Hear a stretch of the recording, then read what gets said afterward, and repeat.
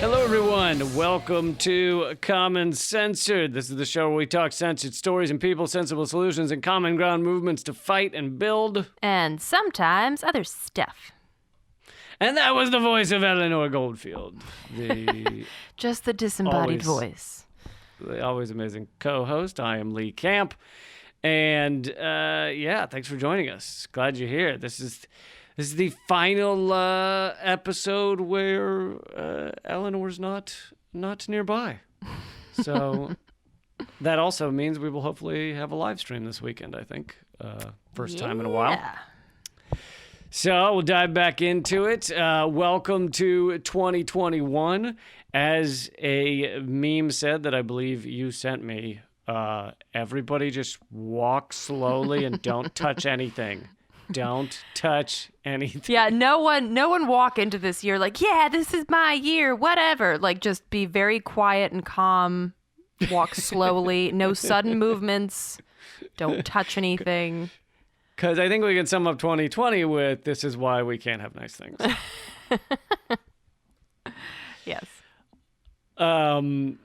Thanks for joining us. Thanks for being a part of this. There's a lot of updates on.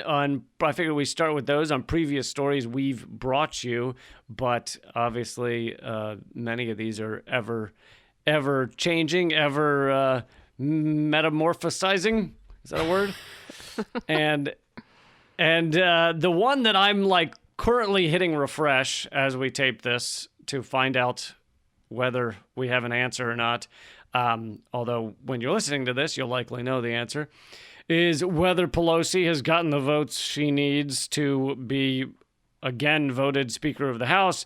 Obviously, this is connected to the Force the Vote movement. People have been asking me, so I was at a Force the Vote. I spoke at a Force the Vote protest yesterday. Both online and offline. Oh, yeah. So I guess two of them put on by People's Party. And this is to force a vote for Medicare for all, and the demand is that the handful of supposedly true progressives, although I think that's becoming arguable, in Congress actually withhold their vote from Pelosi unless she promises to put Medicare for all to a vote on the House floor, and. So right now, they are like literally in Congress. She's whatever it's called, lobbying the votes or whatever, whipping the votes to find out whether she and it even without the Force the Vote movement, it's a very close vote because Democrats only have a 10 vote margin once you include or exclude the people who aren't there. Two of them have it's like two Republicans with COVID, big surprise, and. And so anyway, it's very close, but the news stories, most of the headlines I'm seeing right now are Pelosi on path to again be Speaker.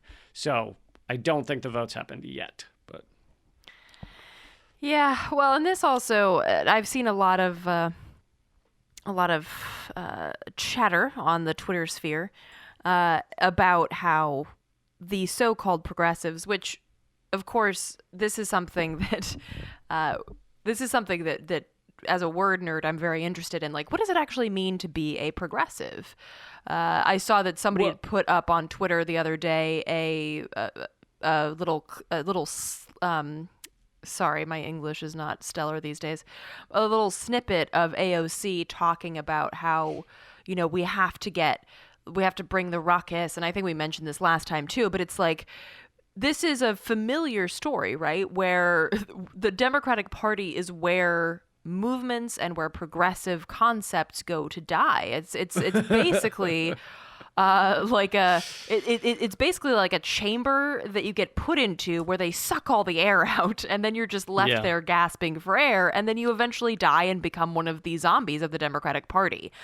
And it looks to be that based on the tweets that I've been seeing from AOC, it seems like she's on path to vote for Pelosi and basically kill the concept behind Force the Vote, and thereby also driving another nail into the coffin of progressivism that she had once pedestaled. Which, and I say another nail because she's had several votes that have really been the antithesis of progress, not least of all her dealings in foreign policy. Yeah. Yeah. And all I was going to add is that, you said, what is progressive? The Progressive Caucus in the House has something like 100 members. And I don't think anyone in their right mind thinks that there are 100 progressives in the House of Representatives. Even if you include AOC, which I want to say a couple of other things about what she's done recently or said recently. But even if you include the squad, all of them, and then a few outside the squad, you still only would get to 10 or 12. So the idea that there's 100 progressives is, of course, very laughable. Mm-hmm. But apparently, and I didn't listen to the interview, so I was unaware of this. Apparently, she just did an interview with The Intercepted or whatever, Scahill on Intercept podcast. And not only did she, say that the Force the Vote thing is a, terrible concept or whatever, but she also, when she was asked about pardoning Julian Assange, she said, or freeing him, she said something like, "Oh, I don't know about that. I don't know about Assange being freed. I don't know." And you're kind of like, what do you mean you don't know? Like, what could be more clearer to know? Well, right, and this is the thing. It's like we think of people as progressive, but when they're actually asked a direct question, and this is the thing, right? In Congress, people are rarely asked direct questions. They're not asked direct questions by the talking heads in corporate media. They're not asked direct questions by the people that are, screened to be okay to interview them. They're never really asked direct questions. So when a direct question does happen, they do the classic waffling. They'll dodge the question. Well, I think this is really a matter of dit. And you're like, but that doesn't fucking answer the question. And I'm reminded now, and by the way, for folks listening, I do not think that Bernie is the be-all, end-all. I just think that this instance was funny, and I oftentimes think about it when discussing the waffling of the political powers that be. When it was a 2016 or 2015 debate between the Democratic folks running for office, and they were asked, would you ban fracking? And Hillary Clinton gives this long-winded response like, "Oh, well, I think we have to do it." And it's like a fucking 2-minute reply that doesn't actually say anything except the underlying message is, of course I wouldn't ban fracking. Are you out of your mind? And then they asked the same question to Bernie, "Would you ban fracking?" And he's like, "Yes." And it was like a one-word fucking response. And it's like, thank you. That's how it be done if you know what the fuck you're fighting for and you're legit. And it was during a debate. And so we got to see the two responses right next to each other. Hillary Clinton goes on and on trying to dance around the issue. And then they switch over to Bernie and his answer is yes. Yeah. And and it's the same, with AOC. I mean, I believe last week you mentioned, Lee, that she had been asked about, Venezuela, and she gave some other bullshit response. Like, "Oh, I'll have to look into that." Like, you'll have to look into what? Like, we have to like a map? It. Like, you don't know where it is? Or what is it that you don't understand? Like... Right, about whether the U.S. is trying to create a coup there, whether Juan Guaido is the president, even though he's never been elected president. And she... basically said my office is going to be looking into that. Right. And so it's basically it's been a couple of years. They're still looking into it. They're still going. Right. I'm still trying to find Venezuela. I'm not sure. It's like she's looking for fucking Atlantis or something. Or Waldo. Or Waldo. Apparently Juan Waldo ran for president of Venezuela. Yeah, but it's basically, what all of this is basically just a signal to tell whose team they're on. And I hate to say it, but I was doing a podcast interview the other day, and someone was asking me like, "Well, how do you feel about the progressives in Congress, and do you feel that there's hope?" And I was like, I hate to be the cloud on the fucking sunny day parade or whatever, but I'm gonna have to be and say that the people in Congress are never going to help you. Like, and if they do, it's going to be like an accident, like, oops, I tripped over some human rights. But it's never going to be on purpose. Like, the people that are in Congress that want to fight for you will be drowned out or they'll become the enemy. Like, and I don't mean to make it sound so Star Wars or whatever, but like, they will be eaten up by the machine. Or they'll be drowned out. So the idea that any of this progress can come from, Congress is really is really ridiculous. Now, my hope, of course, with the Force the Vote initiative is that if there is no vote and Nancy Pelosi, rises to be crowned once again, that there is enough of a momentum behind this Force the Vote moment that people say, wow, that's fucked up. We are going to really push this even harder so that, the Force the Vote continues on to the next point where it becomes just like the issue was with women's right to vote and the Civil Rights Act, that it becomes politically untenable to not bring it to a vote. But yeah. Right. I'd love to see this momentum. Let's assume that Pelosi gets voted in the next few minutes.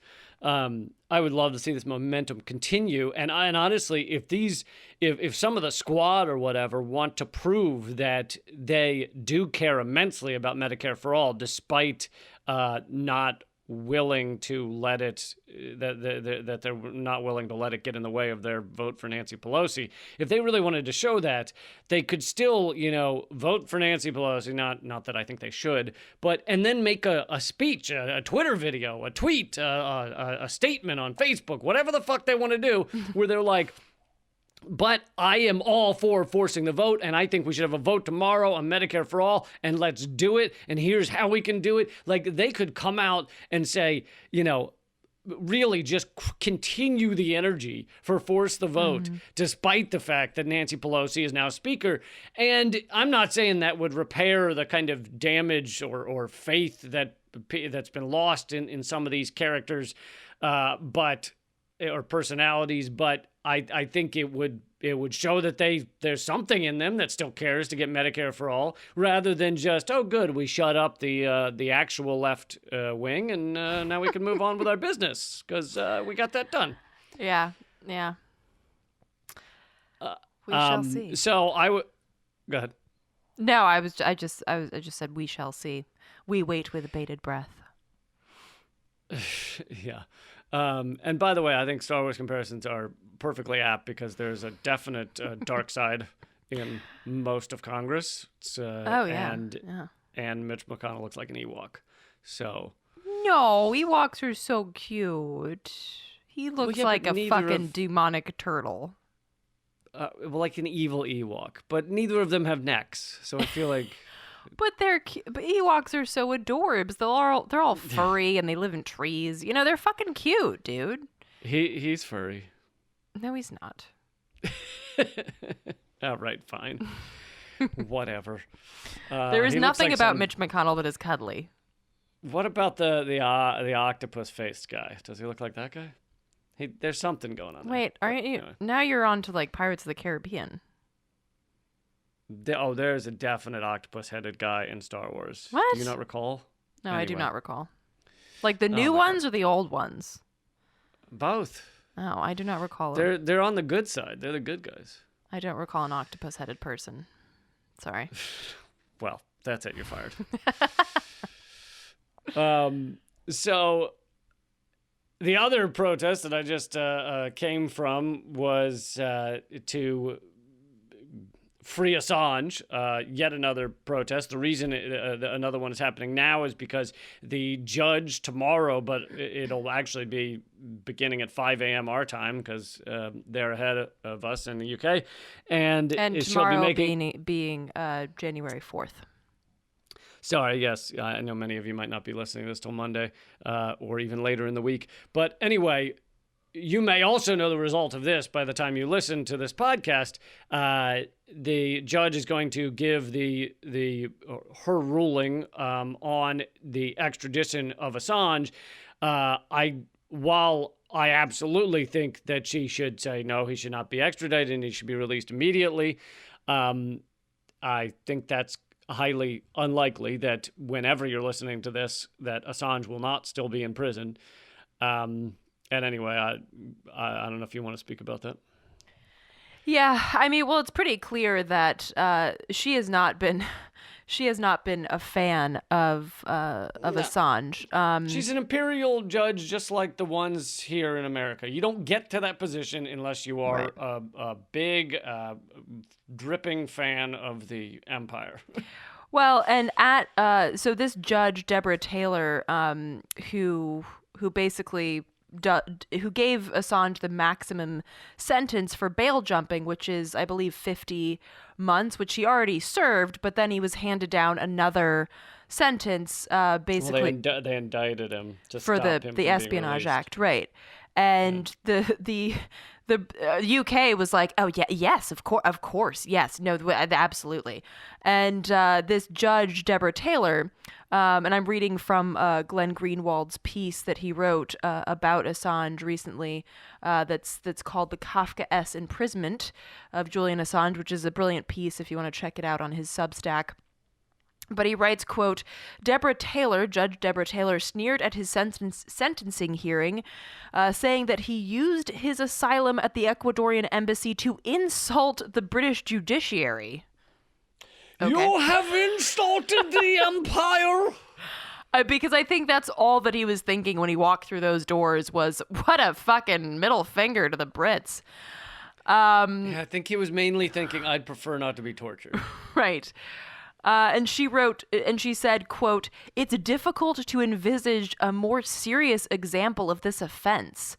By entering the embassy, you deliberately put yourself out of reach. Whilst remaining in the UK, you remained there for nearly 7 years, exploiting your privileged position to flout the law and advertise internationally your disdain for the law of this country. I mean, could you imagine saying that shit and thinking, I'm a good judge? Like, really? His privilege of being locked in a fucking tiny ass embassy for 7 years because you won't get off his fucking ass? That's a privilege? What a fucking psychopath. Like, and this is the person who is, deciding on his on whether he's extradited or not. So, well, she's not. Oh, sorry. The judge is named Judge Barrister or something. Oh, right. Sorry. Deborah Taylor is the one who doled out his sentence for bail jumping. Right. But as you pointed out, same caliber of same person shit across the board. And of course, as we've covered wouldn't on this show before, the judge that he would face in the United States, the same judge that John Kiriakou faced and has spoken extensively about this judge, is the same caliber, this same disdain for whistleblowers, the same absolute support for the state and the empire, no matter what horrors they commit. So, yeah. And rules out essentially any evidence that they want to bring to the what Assange did and why he did it. None of that would be allowed if he had a trial in the U.S. And we, all you really need to know about this Judge Barrister, I know I'm mispronouncing the name because it's like Barrister or something, but because a barrister is what a lawyer is called in England. Yeah, I know. So that'd be funny if it was Judge Lawyer. Is also the name of a lawyer in the UK, but that happens a lot where people are like, my name is Fire, so I'm going to be a firefighter. Anyway, all you need to know is that she kept him in a plastic, like, human-sized Tic Tac container in the courtroom, right. as if he were worse than Hannibal Lecter. He had to be locked up in a plastic container. Lower than an animal, basically. Yeah. So that's her view of what Assange is. Yeah. And I mean, the same thing holds true, with the force the vote and the Assange case, is that regardless of the decisions that happen in the following days, like, the fight does not end. Right. And it's important to recognize that because, fuck, I mean, if the fight ended every time we lost a move like this, we would have, things would be a lot worse right now because we would have stopped fighting a long time ago. So her name is Judge Vanessa Barrett-Sir. Barrett-Sir. Yeah, instead of barrister. But the fight will continue. Even if she finds that he should be extradited, I believe it would then go through appeals. The appeals in the UK justice system I read one article said could last years. So their goal really is to keep him, even if he were to win on appeal, keep him locked up for more years, essentially being tortured in the British version of Guantanamo Bay. Right. So, yeah, we have to keep demanding it, and keep fighting for it, and hope against hope that for all the wrong reasons, Trump pardons Assange. I've been loving that Pamela Anderson has just been like battering, like a battering ram on this. And for someone with, I don't want to assume that everyone knows who that is, but if you're over the age of 30, you definitely know who that is. But if you don't know the name Pamela Anderson, Google it or DuckDuckGo it or whatever, you will get a glimpse into our childhoods. Yeah, I mean, I think people know because not only was there like Baywatch and all that stuff that she did, but like then she was like the plot of the first Borat was him chasing after Pamela Anderson. Like, oh, see, that's not. I didn't even watch Baywatch because I didn't watch TV as a kid, but I knew about Motley Crue and I knew about her and Tommy Lee, and I knew the whole. Yeah, so that's how I found out about her. But yeah, she's been a great ally. Yeah, very vocal. She's also done like animal rights work, but she has been a super like battering ram on this, which has been obviously very helpful because she has a huge following, and there are a couple of other celebs that have stepped up to the plate, which I think is really important. Yeah, maybe we can use this as a quick tangent. Some people hate, like, when celebrities for causes is like even mentioned, but the reality of it is that we live in a world now where those people have a massive megaphone at their fingertips. And so to ignore the fact that when these celebrities, for whatever they're famous for, they could be a sports figure. Justin Jackson from the NFL has been very pivotal in this force the vote fight. Without him and AOC responding to him, it's likely we wouldn't even be talking about force the vote. And so some people are like, well, fuck that. He's just famous from the NFL. What's that matter? And it's like, I get that standpoint, but the celebrities have millions of Twitter followers. It gets attention. It's just the way the world works. So it also irritates me because I remember there were times when I think it was like back in 2016 and Susan Sarandon and Viggo Mortensen were like talking politics and people were like, just shut up and act, like stop talking politics. And I was like, so real quick, I'm just curious, who has the right to talk politics in a quote unquote democracy, like which legit means rule of the people? If the people can't talk politics, what are we actually saying that our government is? Like I know it's not a democracy, but you who are yelling at the people for, whoever they are, whether they be athletes or actors or whatever, for talking politics, what are you actually suggesting then, that only the politicians can talk politics? Because if that's your point, then you are legitimately upfront saying and admitting, I do not want a democracy. I do not live in a democracy.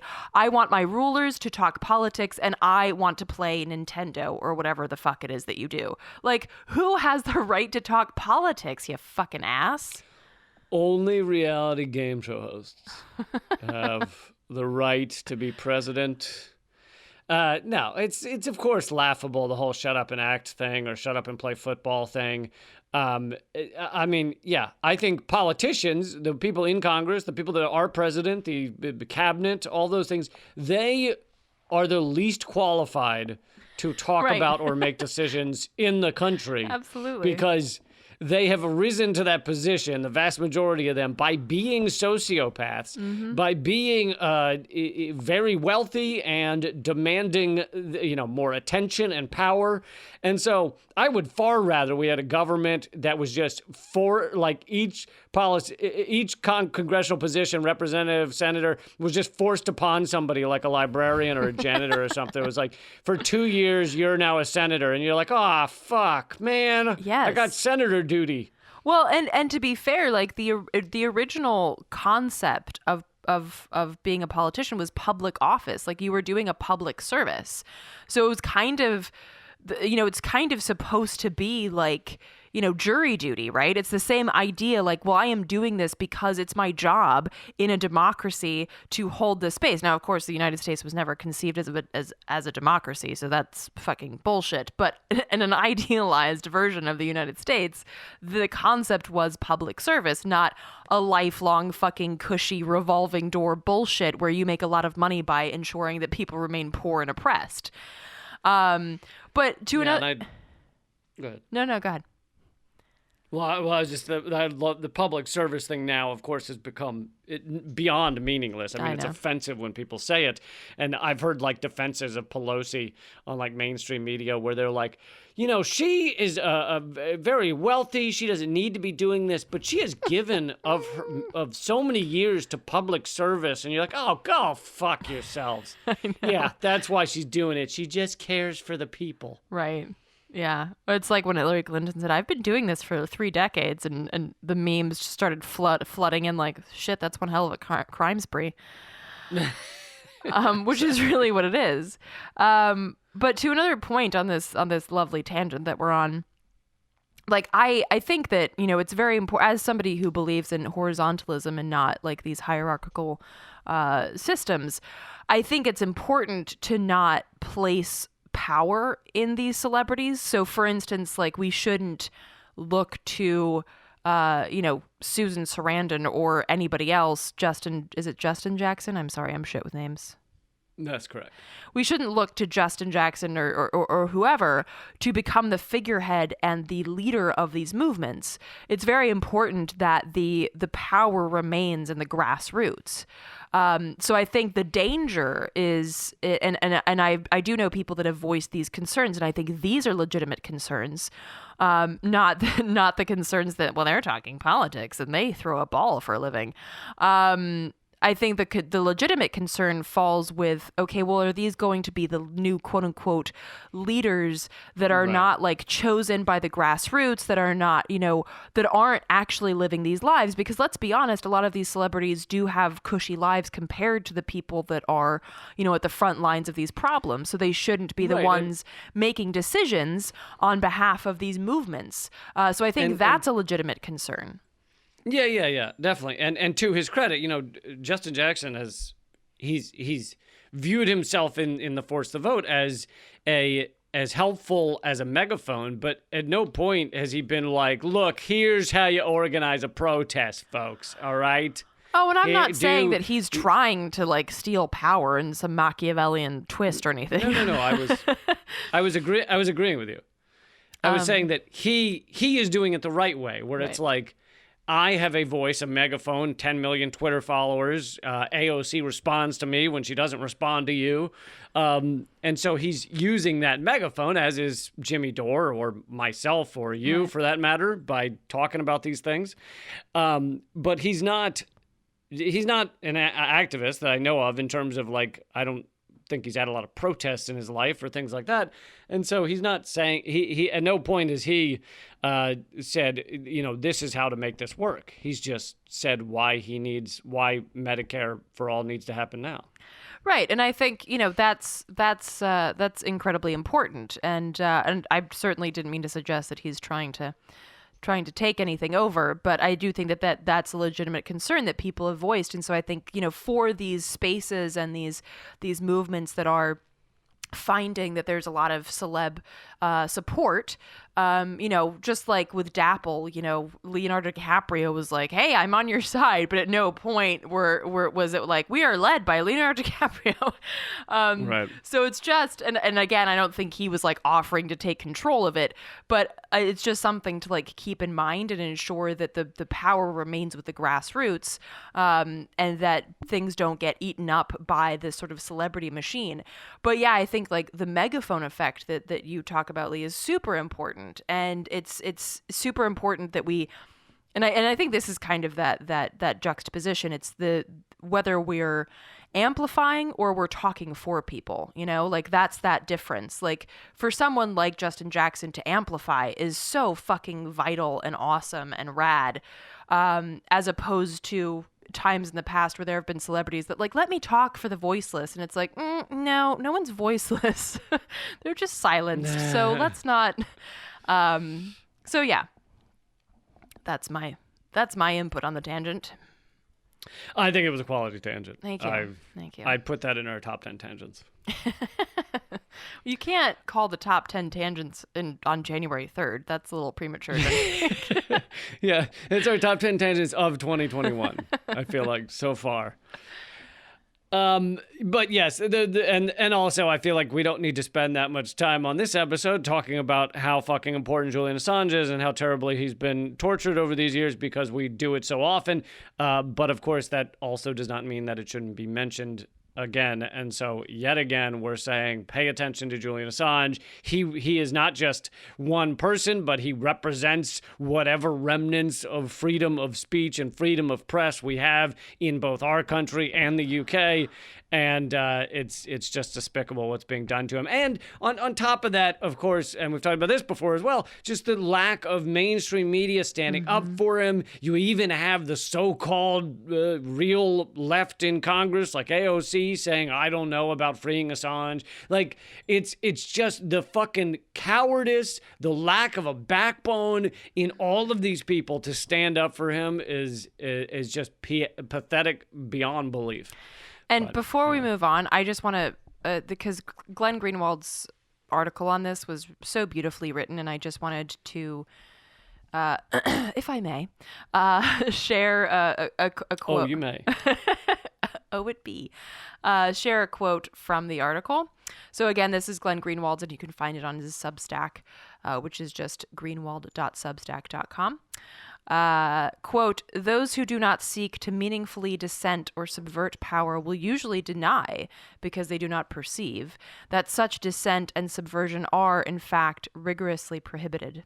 They will continue to believe blissfully that the society in which they live guarantees core civic freedoms of speech, of press, of assembly, of due process, because they have rendered their own speech and activism, if it exists at all, so innocuous that nobody with the capacity to do so would bother to try to curtail it. End quote.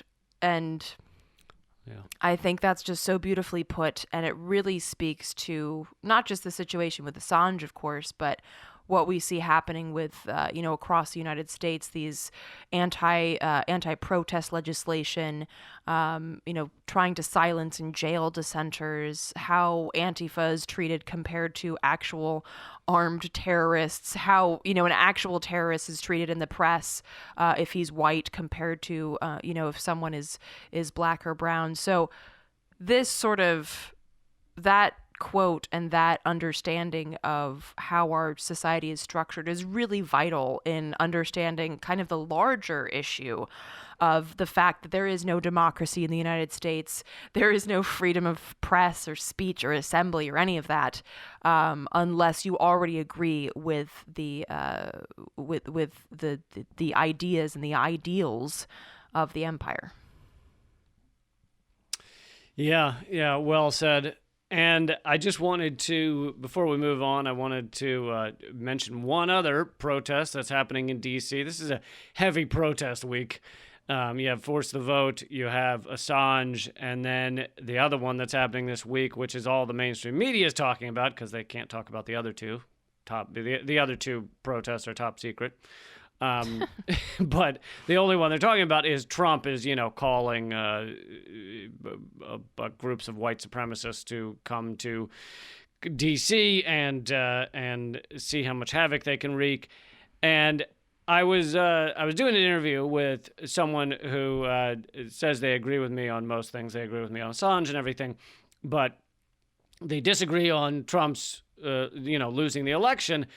And it was interesting. There were some arguments that I didn't realize were arguments being given for, like, evidence that Trump actually won the election, which I haven't seen any evidence of that whatsoever. But and I think I've said that before and made that clear. Whereas I am a big proponent of analyzing our election system, talking about the flaws, talking about how fucked up it is, talking about how, everything from the way our systems work to the fact that we shouldn't have an electoral college. Down the line, I think all those things need to be analyzed, and many of them are designed to subvert the popular will. But in this case, that is not what's going on here. This is just Trump upset that he lost. And in fact, I think if you hadn't had millions of people purged from the rolls, largely people of color, Biden actually would have won by more. But anyway, I don't want to get into all of the details, but the one argument that this guy had was he said, well, you remember when they rigged the election against Bernie Sanders in that court case in Florida, the DNC lawyers said they have the right to pick the nominee in a smoke-filled room, a back room, and they have no obligation to have a fair primary for their constituents, for the Democratic Party members across the nation that just want to vote. They basically said, we get to rig this. It's our right to rig this. Yep. And so his argument was, well, if they're saying that for the Democratic primary, how do you know they aren't doing it for the general? And I was like, okay, yeah, that's an interesting point I hadn't heard before. Here's how you know. The Democratic Party sets up all of the mechanisms for their own primary. The Democratic Party establishment, the DNC, the various Democratic Party machines in various states, they set up their entire primary. And therefore, all of the power is in their hands as to what they want to happen. They can close polling places. They can purge people from the voting rolls, as was proven to have been done in New York State. They can, go down the list, manipulate the media to make sure Bernie Sanders didn't get any coverage, and then they claim that they could even at the convention, although that never came to this, but they could even at the convention just say, yeah, we disagree with the primary, so we're picking Hillary Clinton or whatever. But that's not the case for the general. The general doesn't work like that. Right. The Democratic Party machinery does not own the general election.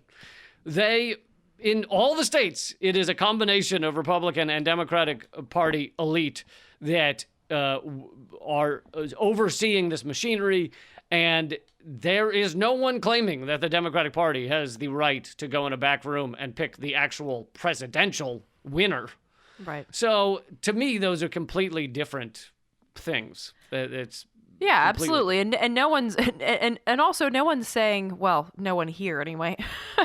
No one's saying on this podcast that the Democrats don't engage in fuckery for the general election, but the Republicans do so as well, perhaps even more blatantly and overtly in terms of, knocking people off voter rolls, closing polling places and things like that. So the idea that somehow the Democrats would engage not only in the only fuckery as opposed to the Republicans, but that they would somehow have the ability to override anything and everything and just choose the winner like it was some kind of kingmaker is just not. It's ridiculous. Yeah, and I think it also distracts from the way that the corporate owners of our society have actually rigged these elections, which is to have both parties corporate parties. Yeah. Like, at the end of the day, that's the main way this is rigged. The choice is not a legitimate choice. Mm-hmm. So anyway, I think I think Trump's refusal to accept that he's lost is a very separate thing. It's a dangerous thing in a lot of ways, but it's a very separate thing from the way that this system is rigged in general. Yeah, and just one little Jewish mother message for anybody in the DC area these coming days. Which is funny because you're not a mother and you're an atheist, so. But as we've covered on this show, Jewish by culturally, just not like religiously. I had a Hanukkah bush, and it's cool. I saw a porn called Hanukkah Bush once. It was pretty good. We smeared lamb's blood on our front door every Passover. It's fine. So, for people who don't know the story of Passover, that's going to sound really bizarre. Yeah. Also, the fact that you mentioned it right after I said porn is just weird. I said lamb's blood. It wasn't like vaginal blood. If you're into that sort of thing, I don't know. I believe we derailed. But anyway, for anybody going out in DC these coming days, don't go alone. Make sure that you have a buddy with you. Make sure that you have extra masks and like proper protesting gear. And if you don't know what that is, I've tweeted about it, so you can check that out. But also, do be careful. Know that there are going to be fascists and white supremacists out in the streets, and they oftentimes will go after people just based on how they present. So if you present as BIPOC, Black, Indigenous, person of color, if you present as trans or LGBTQ in another way, just be aware of that. And again, use the buddy system. Fuel up right and gear up right. And that's been your Jewish mother, Graham. Over, out. That's how you know people are good people, when they're attacking people based on how they look. Yep, solid. It's pretty much a good sign of those good people. But also know that you're not alone. There are plenty of people like in the DC community that are like that have your back. But I just, there have been violent incidents, and not everybody can be protected at all times. So just heads up. You mentioned your Twitter. I've heard rumors on the streets that your Twitter name has changed. It has. And I'm actually going to do a podcast later this week about that. Well, I don't know if I want to give away all the sweet info. Well, it's going to be the Act Out podcast where I walk into the nerdery. And as a word nerd, I'll be diving into that. But for many reasons, which I will divulge there, the term activist didn't seem right anymore. I've outgrown it, or I've shed it like a snake its skin, and I have embraced since a while back, but it felt okay to make it official that it's now radical. So if you're looking for me on Instagram or Twitter, check out @radical Eleanor. Radical. Yeah. I love it. Hey. It's called, the podcast where you will be delving into that is called Act Out. So everybody should look up Act Out if you'd like to hear more about that. Eleanor's other podcast is called Silver Linings. Nope. Sorry, Silver Threads. Silver Are you Linings. just checking to see if I pay attention when you talk, or? I am. As a word nerd, you can appreciate that is completely wrong. It would honestly, it's Silver Linings would be a very different show. Like if it was just, could you imagine you doing a podcast that's just like, look, so Nancy Pelosi did win Speaker, but she's a nice lady. She's been working hard she's been working hard for the people for a long time. Yeah. Oh my God. Silver Threads. Yeah. If that podcast exists, it's not. I'm not hosting it. Be very aware of that. Couple other quick notes before we get to another topic. We will be doing another live stream this weekend, likely, I want to say Sunday at 8 p.m. Is that what you're thinking? Actually, that time I wasn't listening to you. Live stream Sunday, 8 p.m. Eastern, we're thinking? Sure. Okay. So I'm going to give that a 85% chance. Live stream Sunday, 8 p.m. Eastern, which, of course, you can watch it later, but it's a lot more fun if you're there to join us live and comment, and we answer comments and questions and threads and all that shit. And that is at youtube.com/momentofclarity. And Eleanor's movie is available at hardroadofhope.com. It's won all kinds of awards. It's a great documentary. You should definitely check it out. Also, now, for those who are looking for a bit more versatility, you can now pay for the film via PayPal, not just credit card, on hardroadofhope.com. So, woohoo. Rock on. If you want to be a member and catch the extra content, which we'll have some extra content for this week at patreon.com/commoncensored. Just sign up for any one of the tiers and you can help support this show. We have no advertisers. We're not funded by anybody except you. Patreon.com/commoncensored.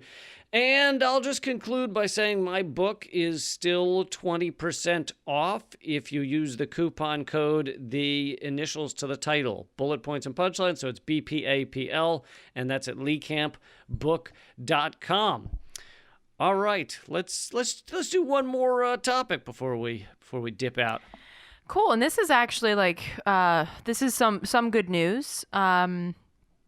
It's what I like to call kinetic good news, which means that it's in motion right now. It's good, but it could turn sour. But it's about. I like that. Thank you. It's about. I say I like to call it kinetic news, but I just came up with that today, so whatever. For the past 12 hours, I've long been known to say, this is kinetic good news. I just blew my cover. Anyway, so this is out of Santa Cruz, where a lot of rad shit happens. And like a lot of university towns and a lot of places in California, there's a large homeless, well, I guess in the United States, there's a pretty large homeless nowadays. population. And so basically what happened is that towards the end of December here, there was a notice that the city was going to clear. It's called Lorenzo Park, which has been a homeless encampment. They were going to do a sweep. Now the CDC, which is no fucking like human rights organization, has noted in their COVID like recommendations that homeless encampments not be removed or that they not be disturbed because, hey, it's the middle of a fucking pandemic. So maybe we should just leave the people the fuck alone. And I don't know, maybe like actually give them some resources. I don't even think the CDC mentions give them resources, but hey, that would be fucking smart. What a crazy idea. I know, right? Like give them running water so that they can wash their hands and stem the spread of a deadly virus. But no, that was not how Santa Cruz decided that they wanted to deal with things. They wanted to, out of sight, out of mind. Let's get these homeless people out of the fucking way, and then we can pretend that they don't exist anymore. So local folks in Santa Cruz said, you know what, fuck that noise, and basically stopped the police from clearing the homeless encampment there, which was, I guess, last Monday, so a week ago from January 4th. Organizers and activists and community members stopped police from sweeping the homeless encampment and had the city of Santa Cruz was then actually also sued by homeless residents and their supporters. The Santa Cruz Homeless Union on the following Wednesday over the city's order demanding an encampment at the encampment at San Lorenzo Park to be cleared. So the order basically, by the time you listen to this, there might have already been some new developments. It's unclear because the original order was for the park to be cleared before January 6th. So we're not sure what's going to happen in the coming days, but the kinetic good news as it stands right now is people just basically stood in the way of the cops and said, no, you fucking won't. Mm-hmm. And stood in support of their community members and their, neighbors. And they did it. It was like a combination of people on the ground in front of the cops. And then they also went to the courts and the courts gave them restraining order for, I think it's only for a week. So they've got to try and get a longer one. But yeah, it's a dual effort, fighting on all fronts. Yeah. And also, oftentimes, which is something that we've seen with pipeline fights and the like, the court case is it's part of the work in terms of you might actually get a good ruling, but it's also a way to uplift this issue. And what this court case also does is it highlights this amazing blend of stupidity and cruelty that's at play in shoveling homeless people out of the way during a pandemic. As if it weren't bad enough like in regular times, but particularly, you know, the added bullshittery of there being a pandemic. So I think that's the other thing with the court case. It's elevated it, you know, to a national stage in other ways as well, by using that court system. So this is another interesting tactic that we can look to, in terms of how we can get the word out, regardless of how the hammer falls, or whatever. What is that? Gavel. Gavel, hammer. We'll take hammer. Hammer's fine. Yeah, and for those of you who want a longer explanation, more detail on this, I did cover it in a moment of clarity. So that's at youtube.com/moment of clarity. But this is representative of what's going on across the country. You're going to have more and more homeless. Not that there weren't hundreds of thousands to begin with, but now you've got 1 out of every 3 American families wondering how they're going to pay for their you know, the rent and their food and everything. So the homeless population is going to multiply in an unbelievable way, and we live in a post-scarcity world. We should be taking care of all these people. They should have roofs over their heads. They should have food. They should have clothing. And many people are going to be standing up and demanding those things and finding ways to provide those things. Obviously, we've talked extensively about mutual aid as one of those organizations that's getting food to people and necessities. And you're going to see this just continue on many fronts in a much larger way. The fist of the fascist state, which is the police, going up against those people who are trying to make sure everyone is not suffering in this country, that there is not suffering, that there is not people starving or hungry or wondering where they're going to get warm clothes or warm bedding. And I think this is going to continue. So it does put show us some positivity to show that some people are winning these battles. Yeah, absolutely. Well put. Thank you guys so much for joining us. We're going to head over to patreon.com/commoncensored to do 10 to 15 minutes of extra content. Please do join us over there. And yeah, check out Eleanor's movie at hardroadofhope.com. Your new Twitter is Radical Eleanor. Is that right? Yep. Awesome. And all of Eleanor's work is at artkillingapathy.com. You can send us topics or questions at commoncensored@protonmail.com. And I will be back with new episodes of Redacted tonight, new episodes of Moment of Clarity. It's all going to be back on schedule this coming week. And there's another episode of Silver Threads coming out on Tuesday, January 5th with Marina Citrin, which is going to be fucking rad.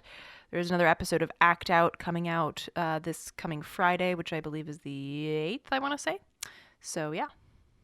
Good week for podcasts and live streams. It's true. And Government Secrets is my other podcast with Graham Elwood. Everyone should check out. And we will see you again next week. Although we may even see you Sunday if you join us for the live stream at youtube.com/momentofclarity. Keep fighting, everybody. Act out.